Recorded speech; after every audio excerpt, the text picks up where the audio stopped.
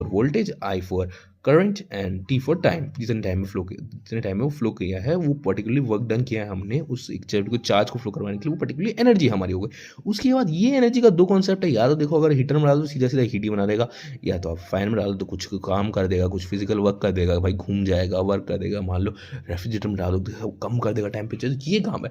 But refrigerator के अंदर में टेम्परेचर कम हो रहा है ना, भाई बाहर में जो उसकी रॉड्स, अगर आपने पुराने वाले रेफ्रिजरेटर देखे होंगे तो वहाँ पे बाहर में रॉड्स लगी रहती थी।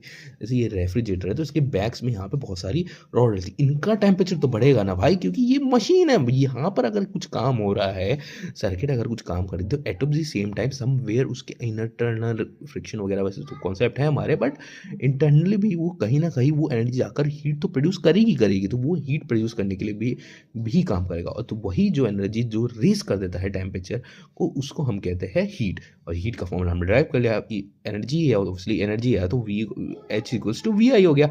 अब हमें पता है ओम्स लॉ की V equals to I R होता है, तो उसको हम यहाँ पे पुट कर देते हैं। अच्छा बता दो, H for heat, V for voltage, I for current and T for time, ठीक है। तो और वहीं पे वोल्टेज हो गया current into time, current to resistance, directly proportional होता है करंट के, और रेजिस्टेंस कांस्टेंट होता है, ठीक है। तो ये मतलब ना कि वो कुछ भी दोनों डायरेक्टली प्रोपोर्शनल, नहीं नहीं, वोल्टेज हमेशा प्रोपोर्शनल होगा करंट के, और कांस्टेंट जो आएगा दैट इज रेजिस्टेंस, ठीक है।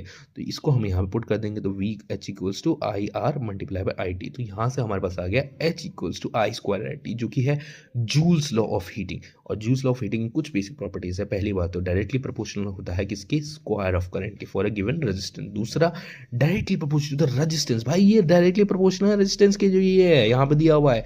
Then directly proportional to the time for which the current flows through, ये करंट जो फ्लो होता है उसके, वो इसके डायरेक्टली प्रोपोर्शनल है। तो इसके कारण हमने इन सब के बेसिक कंपोजिशंस को मान के H equals to I square R T का हमने ये ड्राइव कर लिया फॉर्मूला। अब देखो भाई, एग्जाम ओरिएंटेड माइंड से तुमको बताता हूँ मैं क्या आता है क्या नहीं आता, ठीक है। सीधी बात भाई, ये लाइन रट के चल जाओ। ये मतलब देखो, समझना है तो ऑब्वियसली बड़े बेसिकली तुम कर ले सकते हो आई स्क्वायर आर टी पर। आमतौर पर ये जो एग्जैक्ट वर्ड्स होते हैं ना, ये आपको ईजिली एग्जाम के अंदर मार्क्स दिलाने में आपकी हेल्प कर देगा, ठीक है। तो एग्जाम के अंदर आप इजीली लिख के आ जाओगे, ज़्यादा सोचना नहीं पड़ेगा, आपको मार्क्स दे देगा जूल्स लॉ ऑफ हीटिंग में। दूसरी बात, जूल्स लॉ ऑफ हीटिंग का आपको एक क्वेश्चन मिल सकता है, बहुत इंपॉर्टेंट लॉ है भाई, तो आता ही आता है, ठीक है, ऑलमोस्ट कह सकता हूँ मैं। दूसरी बात, आपका पावर पे आ सकता है क्वेश्चन, आपके पास की पावर एक अच्छा कॉन्सेप्ट है, और एनर्जी तो ऑब्वियसली आता ही है, ठीक है।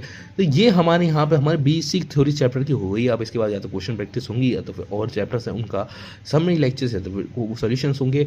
और अगर कुछ छोटा मोटा बच रहा है, जैसे कि कुछ यूनिट्स वगैरह का बारे में हम बचेगा, तो हम उसको फिर आगे देंगे। तो आज की वीडियो के लिए बस इतना ही था, और ये बेसिकली हमारे पास है आज का, हमने हीट के बारे में कवर किया। एंड नेक्स्ट वीडियो में हम इससे आगे पढ़ेंगे, और जो भी चैप्टर होगा हम उसको समरी लेक्चर फॉर्म्स में, या फिर क्वेश्चन प्रैक्टिस भी ऑब्वियसली सबकी ऑलरेडी अपलोडेड है और अभी करेंगे, ठीक है। तो आज के लिए बस इतना, ठीक है, थैंक यू।